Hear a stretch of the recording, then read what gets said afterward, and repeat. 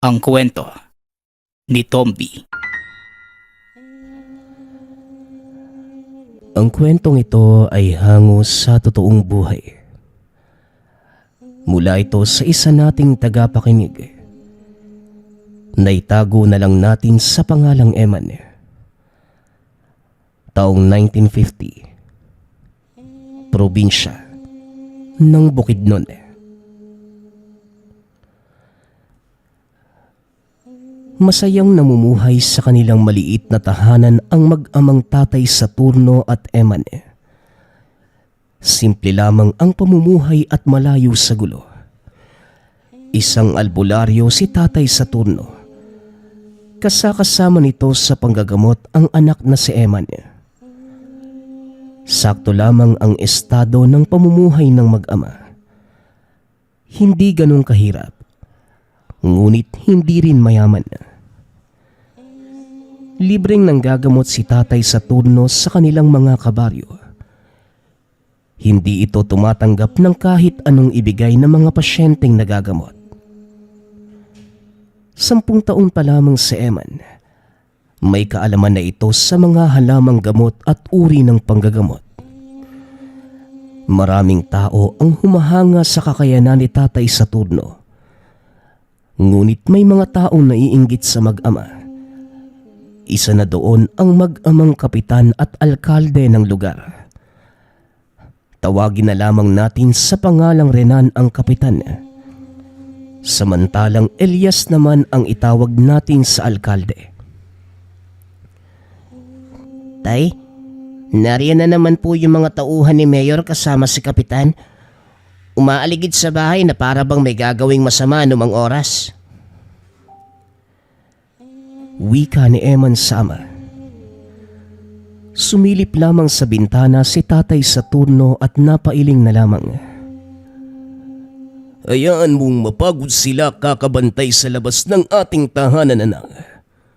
Wala din naman silang mapapala dahil wala tayong ginagawang masama. O siya, matulog ka na at bukas ay maaga pa ang pasok mo sa eskwela. Huwag mo na lamang isipin ang presensya ng mga yan. Ako na ang bahala. Tugon ni Tatay Saturno. Napanatag naman ang kalooban ng bata. Natulog na ito at hindi na lamang nag-isip ng masama.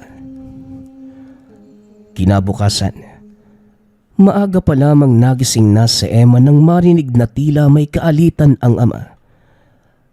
Dumungaw lamang ang bata sa bintana. Nakita ang ama na kausap ang kapitan ng baryo. Pasensya na po, kapitan. Pero sa ngayon wala pa akong may bibigay sa'yo. Wala naman akong kinikita sa panggagamot. At tanging palayan lamang ang siyang pinagkukuhanan namin ng makakain. Kaya kung sisirain ninyo ito, ano pang may bibigay ko sa inyo? Wika ni Tatay Saturno. Kahit paslit pa lamang si Eman, nauunawaan na niya ang nais ng kapitan.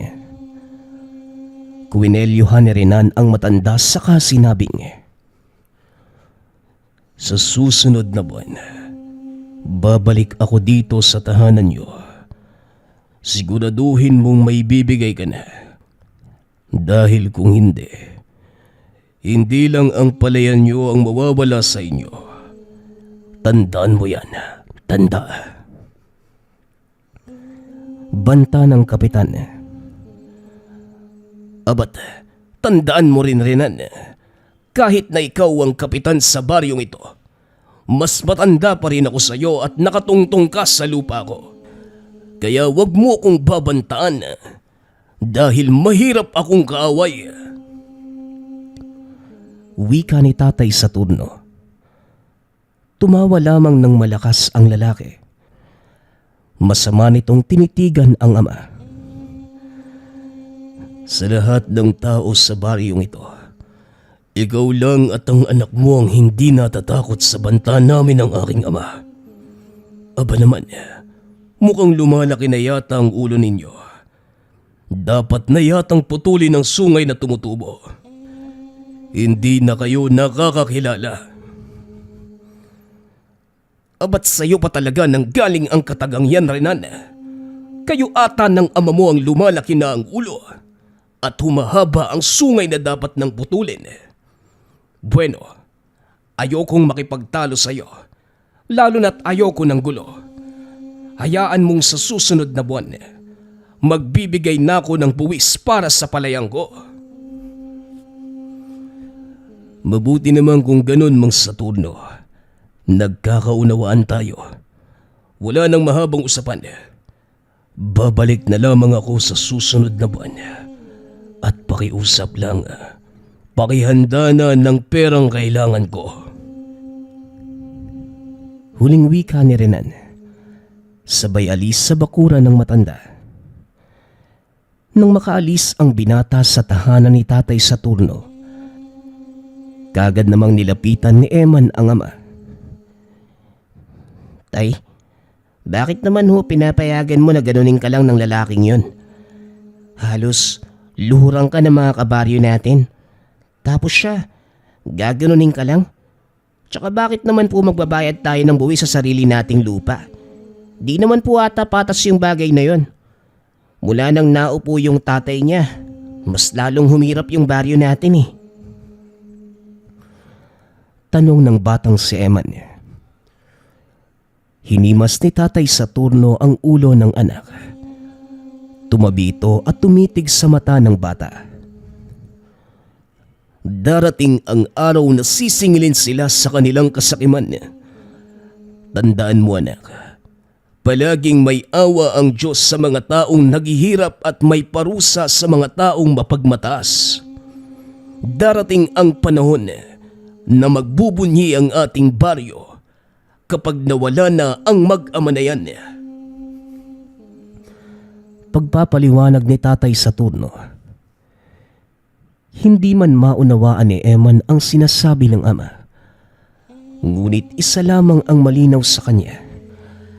Kailangang matapos ang kasamaan ng mag-amang kapitan at alkalde.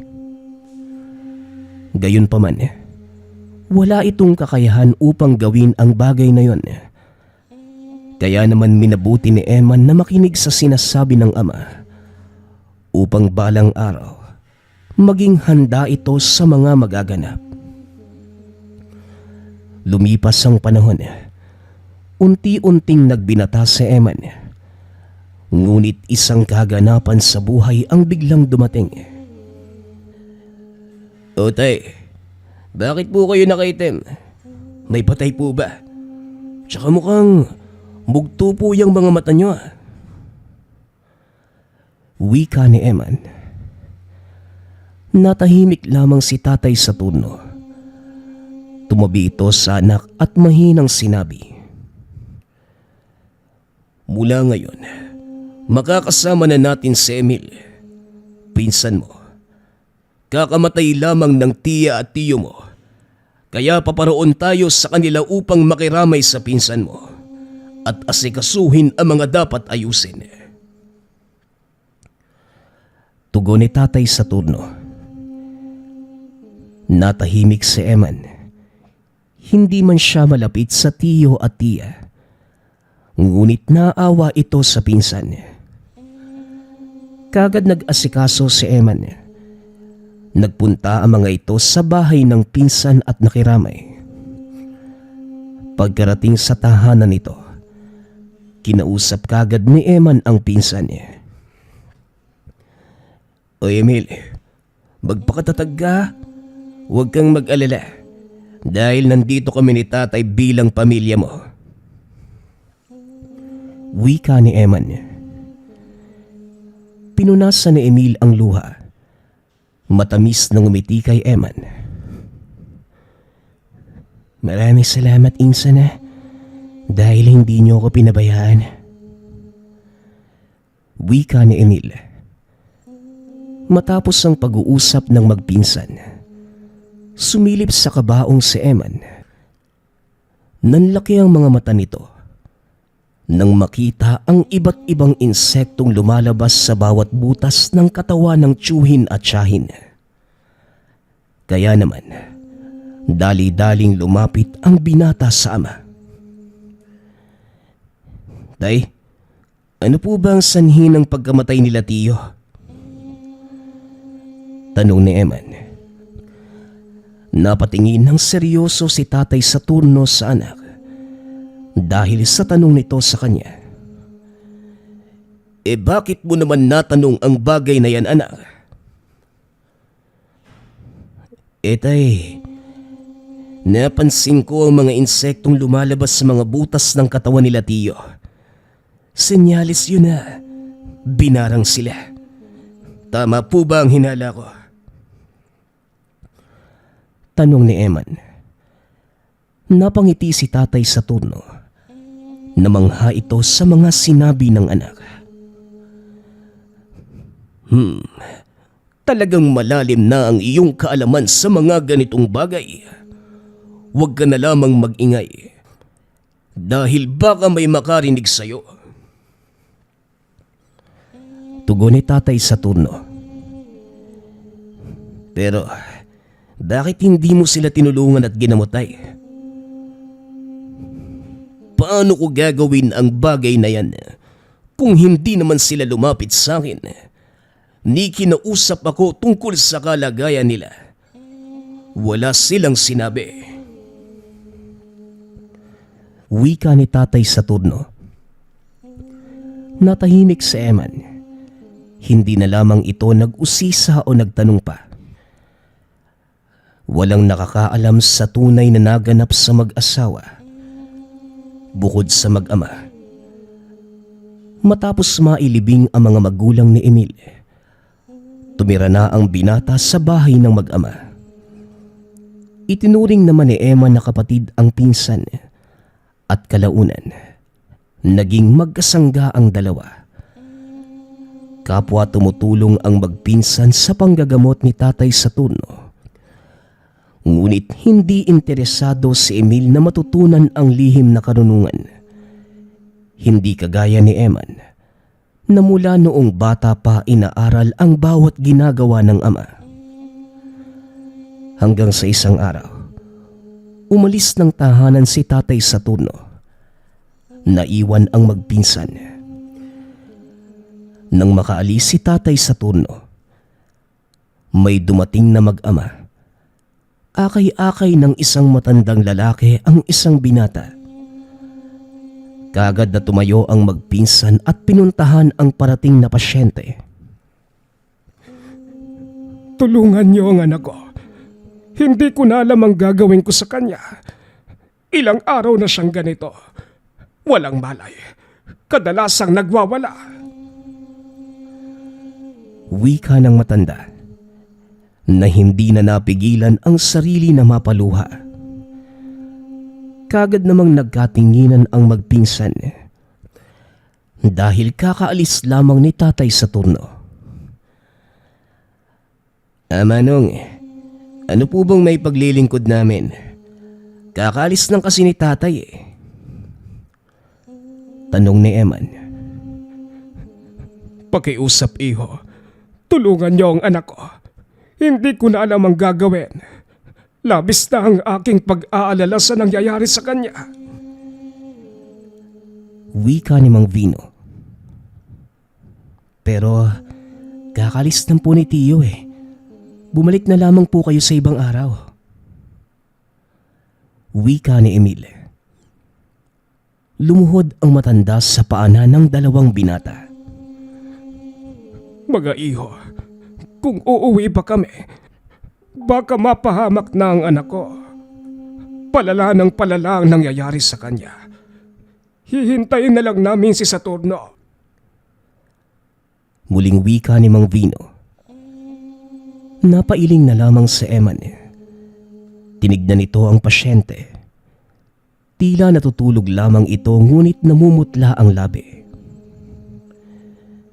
Pwede ko po bang malaman kung ano po nangyari sa kanya?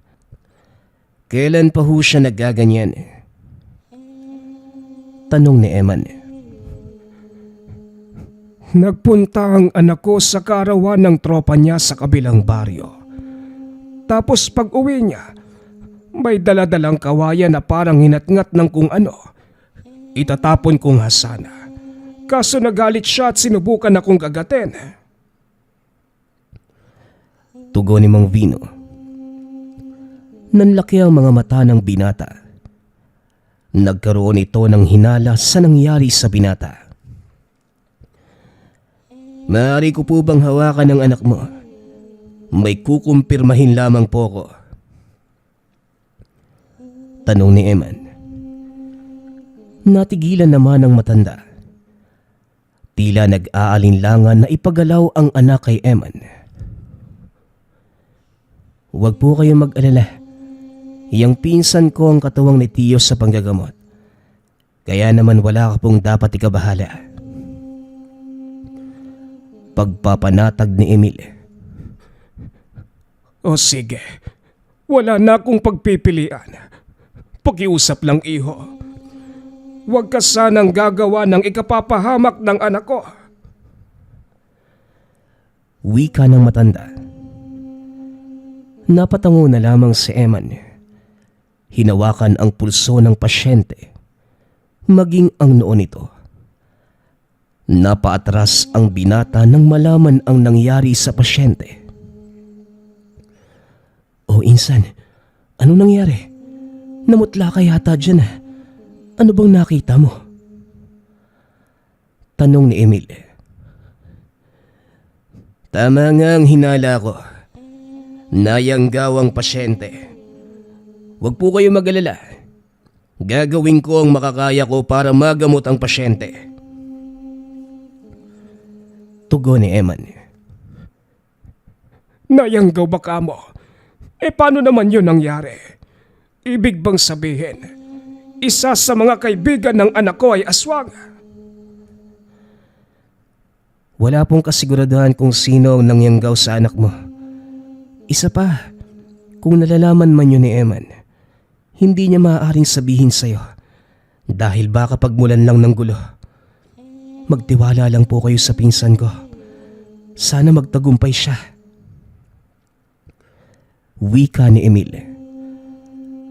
Kagad namang pumasok si Eman sa silid ng ama. Kinuha nito ang garapon na nakapatong sa maliit na altar. Malapit nang maging ganap na aswang ang pasyente. Hindi ko na sinabi sa ama niya kung gaano kaseryoso ang problema. Dahil baka mag-alala ng sobra eh. Wika ni Eman. Kagad nitong kinuha ang mutya ng ama na nasa loob ng maliit na kahon. Maging ang garapon ay kinuha din ng binata. Huwag mong sasabihin sa akin na gagamitin mo yan para alisin ang sumpa sa pasyente. Insan, maaari kayong mapahama kapag nagkataon. Wika ni Emil. Ito lang ang tanging paraan para maalis ang sumpa sa pasyente. At kapag hindi ko ito ginawa, maraming tao ang mapapahamak. Alam mo kung gaano kaseryoso ang sitwasyon. Tugon ni Eman. Kagad itong lumabas at nilapitan ang pasyente. Saka nagsimulang mag-usal ng orasyon. Ngunit nakailang ulit na ito sa pagbigkas ng dasal. Hindi pa din nagigising ang binata. Wala nang nagawa pa si Eman. Sandali itong nagpahinga at makalipas ang ilang minuto. Muli nitong ipinagpatuloy ang panggagamot. Pag-usal ng dasal, nagpakawala ito ng malaking salagubang. Nanlaki ang mga mata ng matanda nang makitang pumasok sa katawan ng anak ang insekto. Nahihibang na ba ang batang yan? Bakit niya hinayaan na pumasok sa katawan ng anak ko ang napakalaking salagubang? Nag-aalalang tanong ng matanda. Kumalma lang ho kayo. Sa halip na magduda sa kakayahan ng pinsan ko, magdasal na lamang po tayo na malampasan nila ang nangyayari, lalo na ang anak mo. Wika ni Emil. Napaupo na lamang ang matanda. Lalapit pa sana ito sa anak ngunit bigla na lang bumangon ang binata. Nagsuka ito ng likidong itim at napakasangsang ng amoy. Ilang sandali pa, isang itim na sisiw ang lumabas sa mismong bibig ng pasyente. Kahawig ito ng isang uwak. Hindi na nakayanan pa ng matanda. Kagad itong tumayo at lumapit sa anak. Pipigilan pa sana ito ni Emil, ngunit nagsalita si Eman. Hayaan mo siyang linisan ng kanyang anak. Tapos na din naman ako sa aking panggagamot. Magiging maayos na po ang anak mo. Wika ni Eman. Napatuloy pa din sa paghahabol ng hininga. Kagad namang kumuha ng tubig si Emil at iniabot sa pinsan. Ilang sandali pa ay nagising na ang pasyente. Hindi ko alam kung paano ko magpapasalamat sa inyo. Tama nga sila. Minana mo ang galing ng iyong ama sa panggagamot. Wika ni Mang Vino. Wala po yun eh. Ginawa ko lang po ang Hindi na naituloy pa ni Eman ang sasabihin. Napansin ito ang presensya ng ama. Kanina pa ako nanonood sa ginagawa mo, anak. Napatunayan mo sa akin na anak nga kita. Wika ni tatay sa turno. Kagad namang lumuhod sa paanan ng ama si Eman. Patawad po tay. Ginamit ko ang mga ito kahit na ibinilin mo sa akin na huwag itong gagalawin. Handa po akong harapin ang ipapataw mo sa aking parusa sa paglabag sa utos mo. Wika ni Eman. Natawa naman si tatay sa turno at pinatayo ang anak. Bakit ko naman gagawin ang bagay na yon gayong nakapagligtas ka ng buhay? Natutuwa ko sa pagiging seryoso mo sa lahat ng itinuro ko. Mahusay ang iyong ginawa at napabilib mo ko, anak. Wika ni tatay sa turno. Labis ang pasasalamat ni Mang Vino kay Eman. Nagbibigay pa ito ng malaking halaga. Ngunit hindi ito tinanggap ng mag-ama. Matapos ang araw na yon, inumpisahan na ni Eman na manggamot ng kanilang mga kabaryo. Ngunit kapag malulubhang karamdaman, si tatay sa turno na ang nanggagamot. Sa paglipas ng mga araw, mas lalong naging tanyag ang mag-ama sa larangan ng panggagamot. Marami ang dumadayo sa baryo upang magpakonsulta sa mag-ama. Ngunit lingid sa kanilang kaalaman, nakarating na sa gahaman na alkalde ang mga kaganapan sa tahanan ng mag-ama. Anak, baka naman gusto mong singilin ng buwis ang mag-amang manggagamot. Bali-balita ko, dinadayo na sila sa kanilang tahanan. Wika ni Mayor Elias. Nagbibigay naman sila, Papa. Pero buwis lamang para sa kanilang maliit na sakahan. Kailangan ko bang dagdagan? Tugon ni Renan. Aba oo naman. Pinagkakakitaan na nga ata ng mag-amang yon ng panggagamot. Kapag umalba, alam na nila ang mangyayari. Kung hindi man madaan sa santong usapan, daanin natin sa santong paspasan. Yan. Anak nga kita. Manang-mana ka sa akin. O siya, dalian mo ngayon mismong araw na ito. Nais kong makahawak ng pera galing sa matandang yon. Utos ni Mayor Elias. Tumango naman si Renan at kagad na umalis. Nagpunta sa bahay nila Eman. Pagkarating sa tahanan ng mag-ama, napakaraming tao na ginagamot. Insan, si Kapitan Renan, nandyan ho. Ano naman kaya yung gagawin niya dito? Bulong ni Emil. Kagad namang lumapit si tatay sa turno sa kapitan. Ngumiti at magalang na bumate. Ano pong may paglilingkod ko sa iyo, kapitan?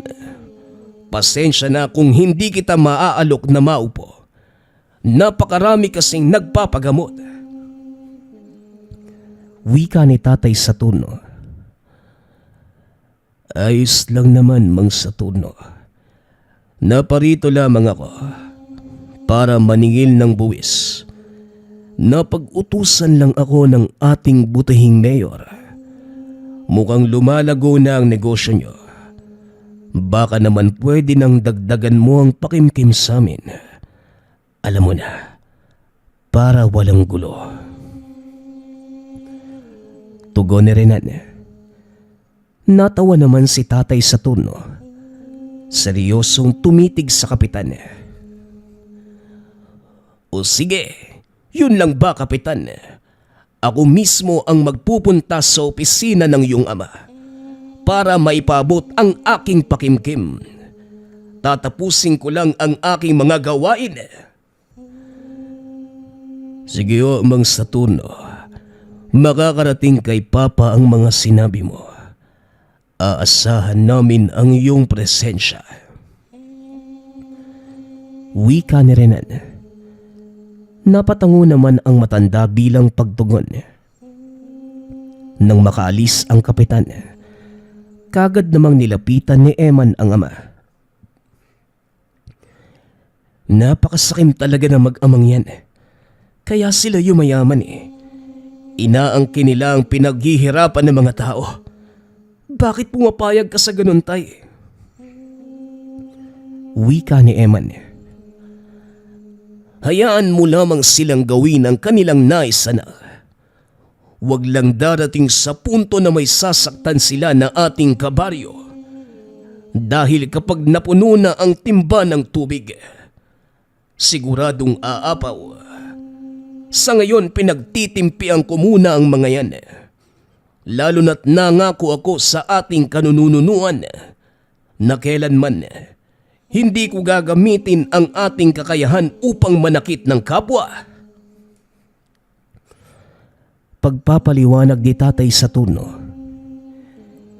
Hindi alam ni Eman kung matutuwa ba siya sa mga sinabi ng ama o maiinis dahil hinahayaan lamang nito na lamangan sila. Nagpatuloy sa panggagamot ang mga ito. Gabi na nang matapos sila Eman. Kaya naman dahil sa pagod, kagad na nakatulog si tatay sa turno. Ngunit habang nagliligpit ng mga gamit, bigla namang dumating si Kapitan Renan. Oy, Tutoy, nasan ang tatay mo? Mukhang nalimutan niya yata ang pangako niya sa ama ko. Wika ng kapitan.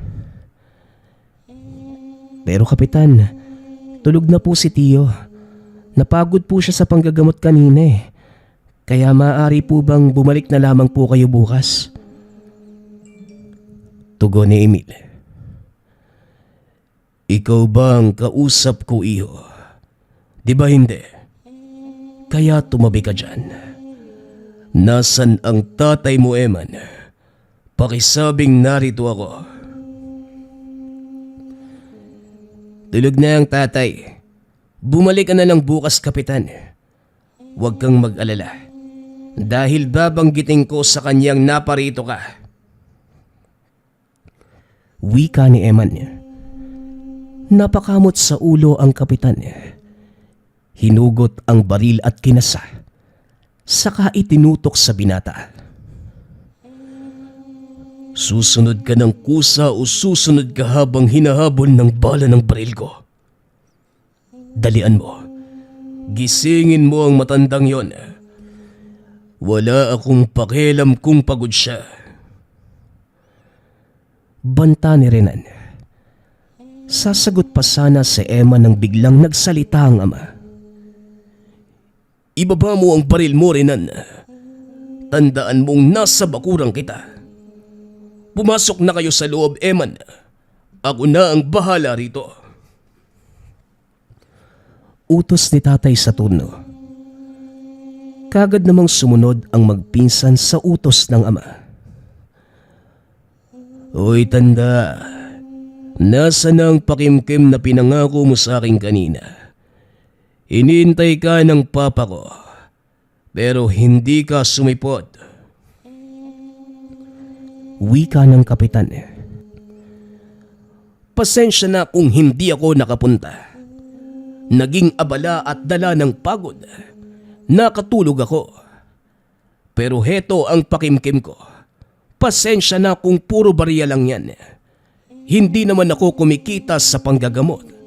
Lalo na't libre lamang ang aking serbisyo. Wika ni tatay sa turno. Napangiti naman si Renan. Kagad na dinampot ang isang garapo na puno ng barya. Yan. Ganyan ang gusto ko. Maayos kausap. Hindi yung marami pang satsat. Muling wika ni Renan. Matapos makuha ang nais, kagad na umalis sa mga ito. Nagpaalam naman si Emil na magpupunta sa bahay ng kaibigan. Ngunit kinabukasan, pagka-uwi ni Emil, puno ng pasa ang buong katawan at iika-ika kong maglakad. Anong nangyari sa iyo, Insan? Bakit puno ka ng pasa at pilay ka pa? Tanong ni Eman. Si Kapitan Renan, binugbog ako at pinahirapan ng mga tauhan niya. Kaya ito ang nangyari. Nagalit ata sila dahil sumagot ako kahapon. Tugon ni Emil. Walang iya talaga ang kapitan na yan. Bukod sa gahaman, napakarumi pa ng budhi. Wika ni Eman. Nakita naman ni tatay sa turno ang nangyari sa pamangkin. Nag-iba ang aura ng mukha nito. Sobra na ang kasamaan ng mag-amang yan. Tama ang ating mga kabaryo. Dapat lamang turuan ng leksyon ng mag-amang yon nang magkaroon ng takot. Anong ibig mong sabihin, tay? Itutuloy mo ba ang balak nyo? Handa nang sumabog ang bulkan. Mamayang gabi, merong iiyak. Tignan na lamang natin kung hindi pa magtanda ang mayor na yan. Wika ni tatay sa turno. Nang araw na yon, hindi nang gamot ang mag-ama. Pinagpahinga ni Eman si Emil at ang binata ang gumawa ng gawaing bahay. Samantalang si tatay sa turno naman, nagkulong sa silid. Labis na nagtataka si Eman sa ginawa ng ama, kaya naman palihim itong pumuslit sa kwarto nito. Laking gulat ni Eman nang makita ang ama na napapalibutan ng itim na kandila. Nagriritual ito habang hawak ang malaking salagubang na matagal ng alaga ng ama. Pinalian niyo ni tatay sa turno ng puting sinulid. Sa kanito hinayaang lumabas ng tahanan. Nang matapos ang ritual, nakita ni tatay sa turno na pinapanood siya ni Eman. Maging handa ka, anak, sa mga magaganap. Dahil panigurado, babalikan tayo ni Elias. Lalo na't may lahi itong mambabarang. Wika ni tatay sa turno. Naghintay ang mag-ama hanggang sa bumalik ang malaking salagubang. Pula na ang sinulid na nakatali dito. Ibig sabihin lang, nagtagumpay ito na isumpa ang biktima. Kinabukasan kagad na umugong ang balitang may malubhang karamdaman ang kapitan.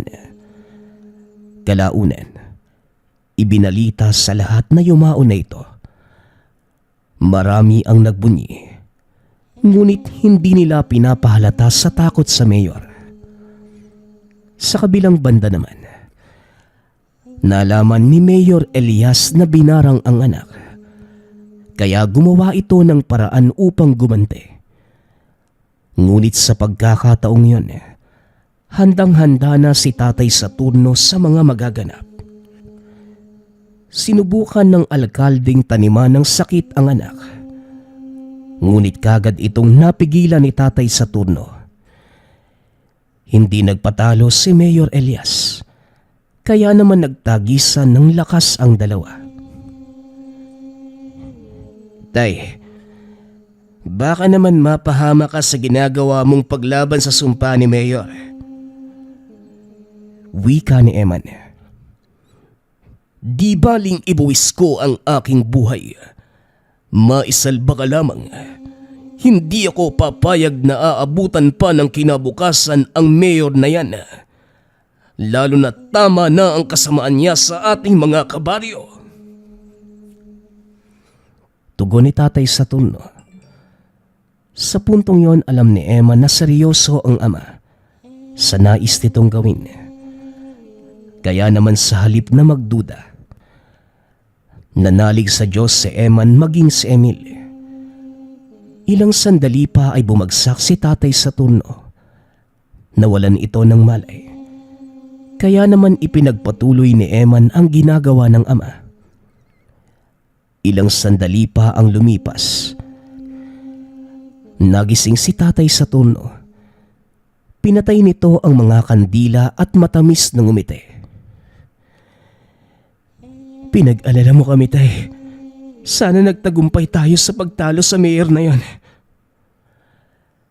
Wika ni Eman. Malalaman natin yan bukas. Pero sigurado kong sa pagsikat ng araw, may bagong mangyayari sa aking kinabukasan. Tugon ni Tatay Saturno. Kagaya ng sinabi nito, nagbunyi ang buong baryo nang malaman na namaalam na ang malupit na mayor. Matapos ang lahat ng nangyari, nagpatuloy lamang sa panggagamot ang mag-ama. Ngunit kahit wala silang hilig sa politika, pero dahil tinitingala sila ng mga tao sa lugar, pinilit sila ng mga ito na tumayo bilang alkalde at kapitan ng lugar. Hindi naman nabigo ang mga tao sa kanila. Nagampanan ng maayos ng mag-ama ang kanilang mga tungkulin. Ngunit kahit ganon, ipinagpatuloy pa din nila ang panggagamot sa kapwa. Pinagsasabay nila ito para lamang mapaglingkuran ang mga tao. Habang si Emil naman, naging kaagapay ng mag-ama sa kanilang gawain. Ngunit kahit wala itong interes sa lihim na karunungan nung una, hindi na siya nagdalawang isip na pag-aralan ito. Magpasa hanggang ngayon, kahit wala na si Tatay Saturno, patuloy pa din ang magpinsan sa pagsisilbi sa mga tao sa lugar. Kahit matagal na silang lumayo sa politika, patuloy pa din ang magpinsan sa pagsisilbi nila sa kapwa. Lahat ng ito ay dahil lamang sa mag-amang albularyo at mambabarang. Ang susunod nating kwento ay mula sa isa nating tagapakinig. Naitago na lang natin sa pangalang Nonong. Taong 1996, probinsya ng Tagbilaran. Karamihan sa mga bahay sa lugar ay may silong o nakaangat ang sahig sa lupa. Maraming dahilan kung bakit ito ang naging disenyo. Dahil sa baha, mababangis na hayop, iwas sa singaw ng lupa at iba pa. Ngunit ito pala ang magpapamulat sa ating tagabahagi na totoo ang mga kakaibang nilalang at nagpabago sa kanyang pananaw sa buhay. Kasama ni Nonong sa bahay ang asawang buntis at nanay na halos hindi na makalakad dahil sa sakit. Madalas nagrereklamo ang asawa tuwing gabi. May nadidinig siyang kaluskos sa ilalim ng bahay. Kahit wala naman silang aso o mga alagang manok. May kasama ding tunog na parang galing sa baboy. Hindi na ito pinansin pa ni Nonong. Gawa nang wala naman siyang naririnig maliban na lamang sa ungol ng ina sa tuwing inaatake ng arthritis. 3 buwan pa lamang ang tiyan ng asawa hanggang sa isang umaga. Habang naglilinis sa paligid, napansin niya na may kahig ng lupa sa ilalim ng bahay na tila pinaglubugan ng baboy. Sinuong niya ang ilalim at merong nakita. May kakaiba itong amoy. Amoy ebak ng baboy. Mapanghe at parang nabubulok na basura. Basta nakakasulasok sa ilong. Napapaisip ito sa sarili na totoo ang mga sinasabi ng asawa.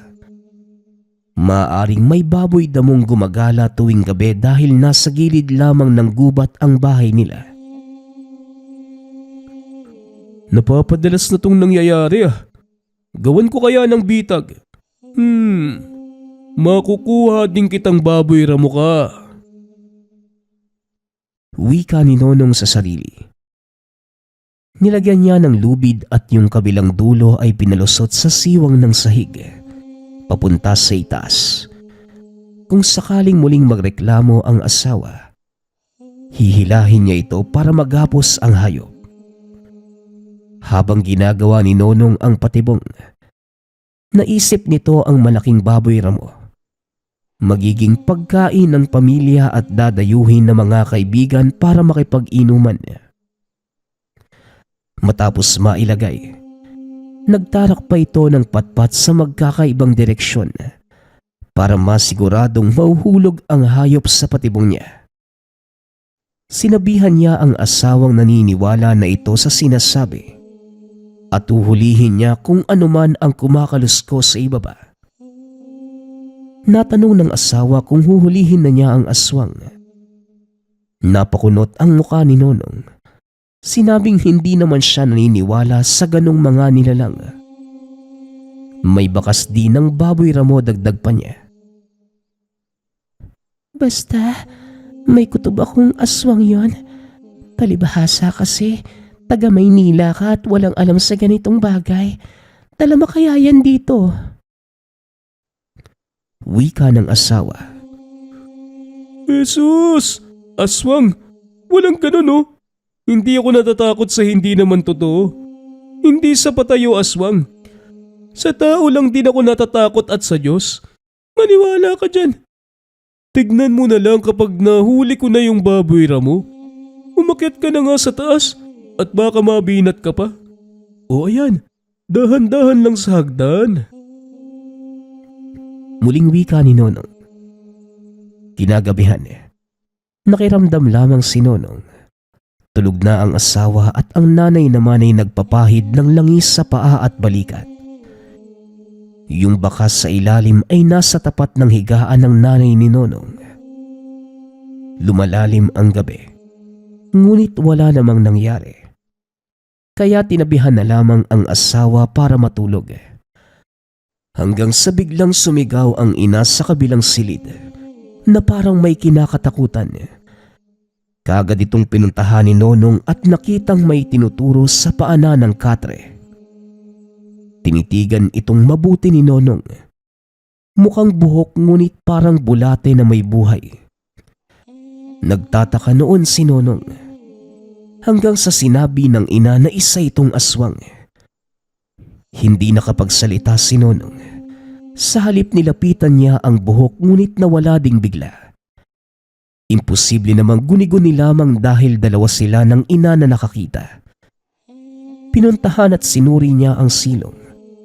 Sumilip doon banda sa hagdan. Nakapatiwalik si Nonong. Nakatuwad at ang ulo ay nakadungaw sa ibaba. Ngunit sobrang dilim sa ilalim kaya wala itong nakita. Hanggang sa umalog ang bahay. Pagtingin ni Nonong sa lubid na nakatali sa haligi sa itaas. Tila may napakalaking hayop na nahuli ang patibong. May kaunting kaba si Nonong. Ngunit inisip lamang na baboy ramo ang nahuli. Dali-dali itong bumaba. Pumasok sa silong ng bahay at maniwala man kayo sa hindi. Halos maihi ito sa takot. Nang makita ang isang tao na may mahabang buhok. Nagpupumiglas kasabay ng nakakakilabot na pag-angil na parang naipit na pusa. Hindi malaman ni Nonong ang gagawin ng mga sandaling yun. Hanggang sa nagsisigaw na ang asawa ng aswang at humihingi ng tulong sa mga kapitbahay. Paglabas ni Nonong, nakasilip na ang asawa at nakita na rin ang nilalang. Dahil sa pagkataranta, dumampot ito ng mga bato at pinagbabato ang nilalang. Hanggang sa may ilang kapitbahay na ang nabati ang atensyon. Nagbukasan na ang mga ilaw. May mga kalalakihan na ding nagpunta sa tahanan na may dalang itak. Habang ang iba naman pamalo at may tali pa ng aso. Pinagtulungan nila ang aswang, pinagpapalo, pinagtataga. Ngunit sa hindi inaasahang pagkakataon, tali ang tinamaan nila kaya nakawala ang aswang. Hinabol ito ng mga tao. Pati si Nonong nakisali na din at nagsisisigaw sa galit. Ngunit wala na silang naabutan.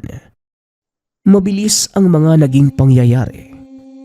Naglaho na lamang itong bigla. May isang kapitbahay na nagsabi na malala ang tinamong sugat ng aswang. Malalaman nila kinabukasan kung sino sa mga nakatira sa lugarang sugatan. Natulala na lamang noon si Nonong. Baka sa mukha ang halong emosyon, pagkamangha, takot at pagtataka. Ito pa lamang ang unang beses niyang makakita ng aswang. Dito niya napagtanto na tao lang din naman ito pero maitim. Yung mukha ay parang pusang galit at kagaya ng nabanggit. May sariling buhay ang mga buhok. Kinabukasan, inabangan ni Nonong ang dadating na balita. Nagbahay-bahay na ang mga residente at hinahanap ang aswang. Ngunit wala sa kanilang lugar. Hanggang sa 2 araw ang nakalipas, may nabalitaan silang may namatay na dalaga sa karatig baryo. Tadtad ng taga ang katawan. Hinala ng mga taga roon. Ginahasa ito dahil natagpuan sa gubat at hubot-hubad pa. Ngunit para sa mga nakasaksi, lalo na sa kapitbahay at pamilya ni Nonong, ito yung aswang na bumibisita gabi-gabi sa kanila. Malaki ang pagbabago sa pananaw ni Nonong tungkol sa mga kakaibang nilalang. Yung inaasahan niyang baboy ramo, aswang pala. Lahat ng ito ay nangyari nang dahil lamang sa silong. Nagpapasalamat nga pala ako sa lahat ng sumusuporta sa ating channel. Nawa ay patuloy niyong suportahan at pakinggan ang ating mga kwento. Hanggang sa muling pakikinig. Paalam.